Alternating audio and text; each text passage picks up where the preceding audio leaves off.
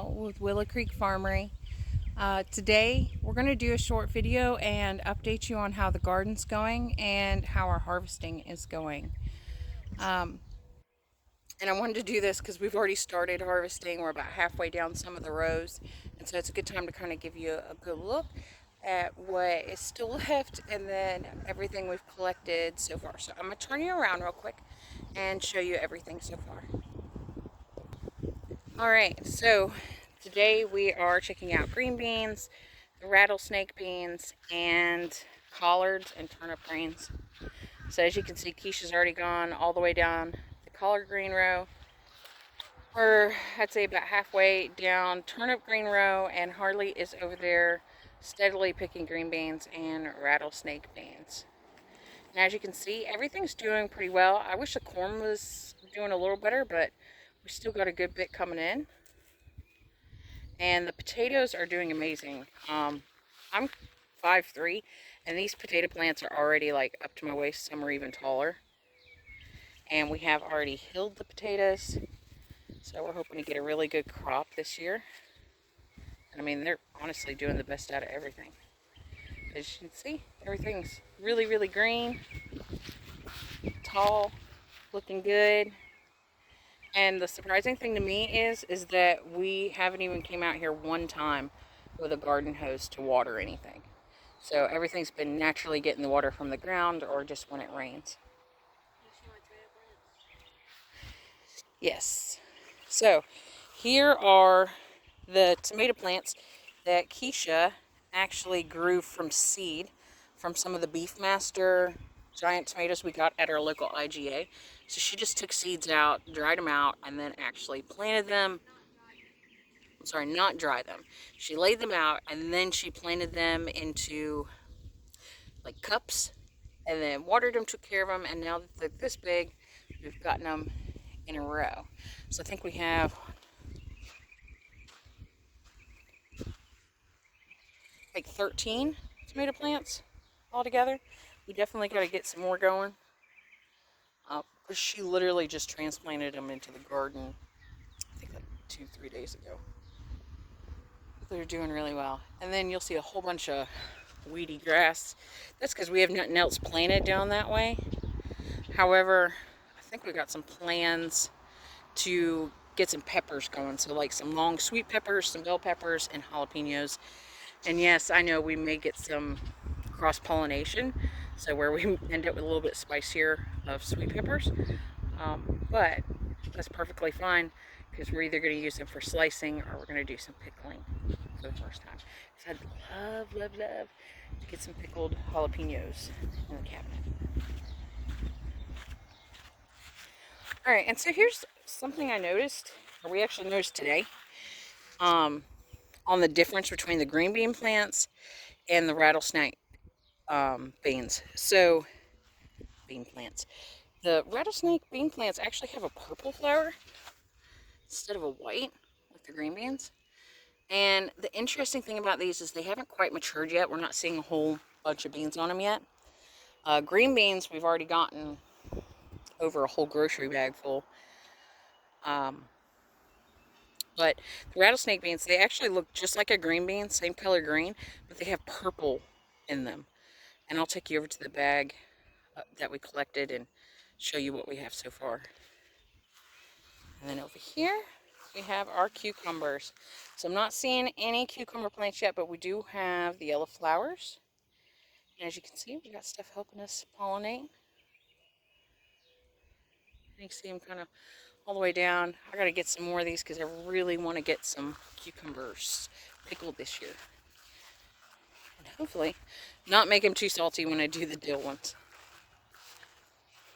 Alright, so here's the bags we have so far.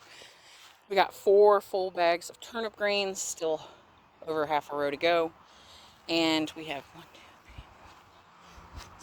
7 bags of collard greens. And as you can see, we picked them, but I always make sure that I and the kids, when we pick them, we do leave, like see how some are picked here? We do leave a good bit of the leaves still on there. That's a good bit, the smaller leaves. Because obviously that's the way the plant eats, right? So it needs those leaves to be able to get the sunshine. and turn that into food for themselves. So we have to leave some of those, or you'll end up murdering your collard plants and it just won't grow right. Look at all these butterflies, huh? They are loving it. I don't know if you can see it, but they're kind of hopping all over the plants today.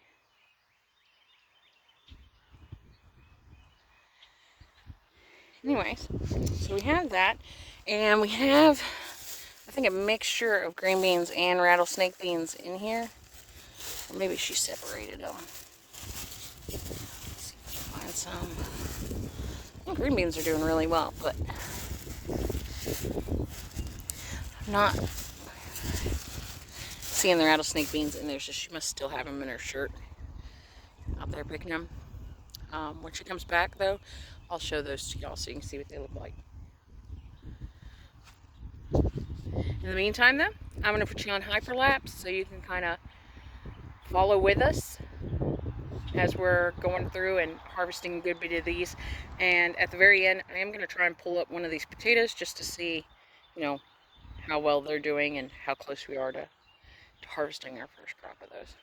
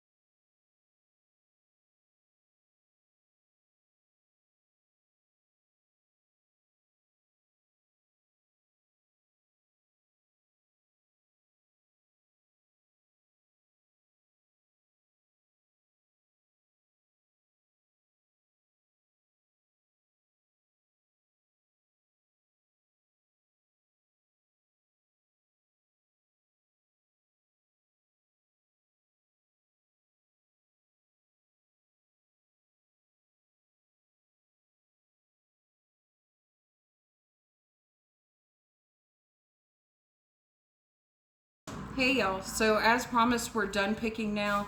We're back in the garage. I don't know if you can see all of this, but I think we ended up with like 12 bags of turnip greens and 8 bags of collard greens and 2 full bags of green beans and rattlesnake beans.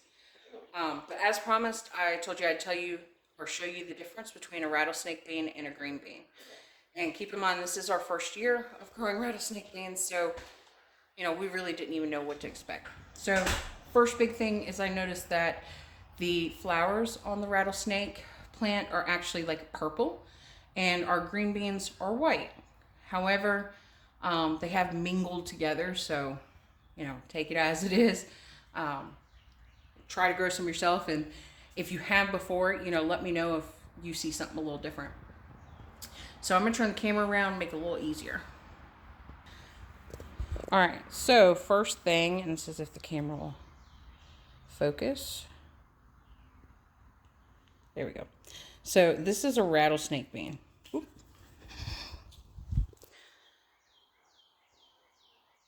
There we go. And as you see, it's green, but it has like these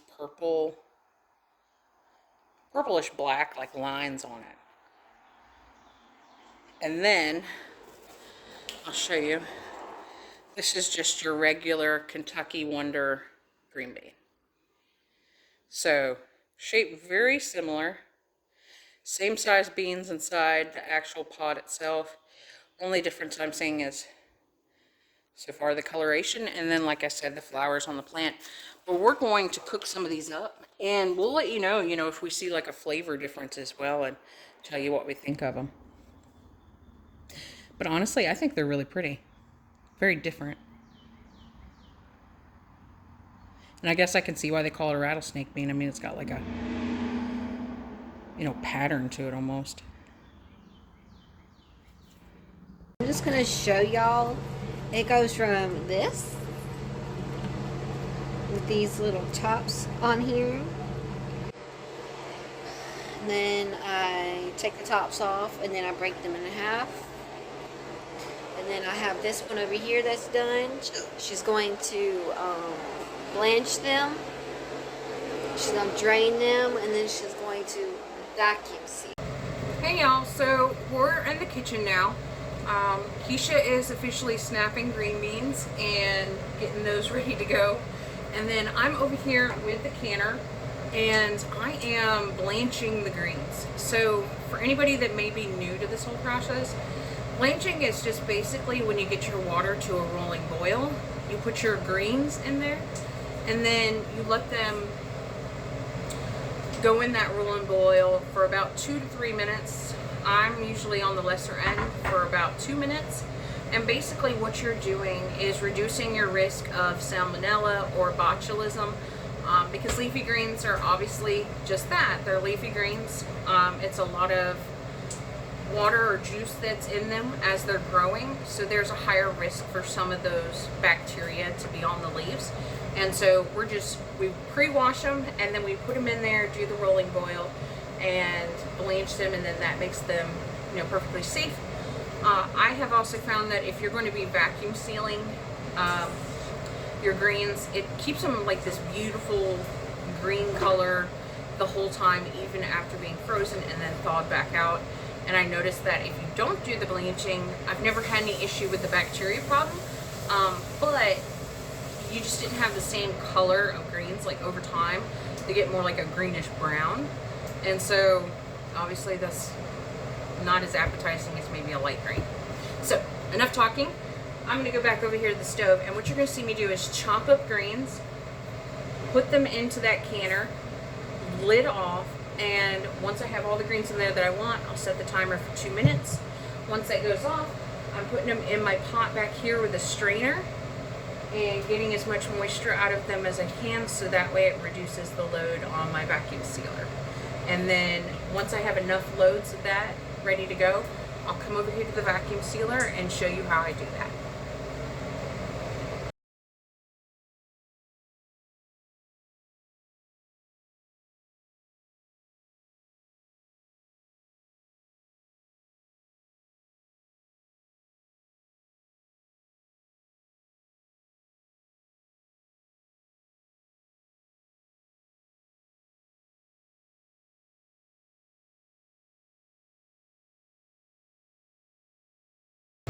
Alright y'all, so we're going to take a quick break from the hyperlapse, and there was a couple of things I just wanted to share with you.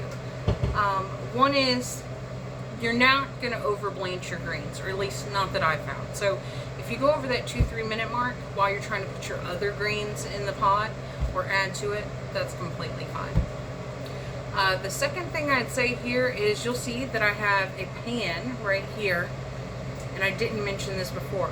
Basically over here, I take the greens out once they're done blanching and I strain them, and then to make room in my colander, I'm putting them in here, and then that way I have a giant pan full of greens when I'm ready to go and vacuum seal them. So it kind of gives me a little bit of room.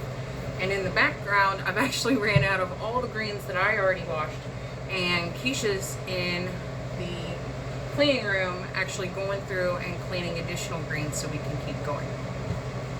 Alright, number 4, I guess, is how I'm cutting the greens. So you could absolutely put the greens in their whole leaf.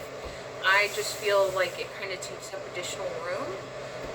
And then, you know, depending on how they cook down, it may be like a bigger mouthful, you know, or a bigger, like a larger amount of chewing that you might have to do to get through it. And my family kind of prefers the smaller pieces. So when I put my greens on the actual cutting board itself over here, and I'm trying in the hyperlapse to kind of stand to the side so you can see it. Over there we go. So on the cutting board, I'll actually take those greens as a stack, and I'll sit there and roll them like a wrap almost, and then cut them so I can get a large amount cut, and it gives you these nice long strips. So when they cook down, they'll actually be like softer, longer pieces, almost like a canned spinach.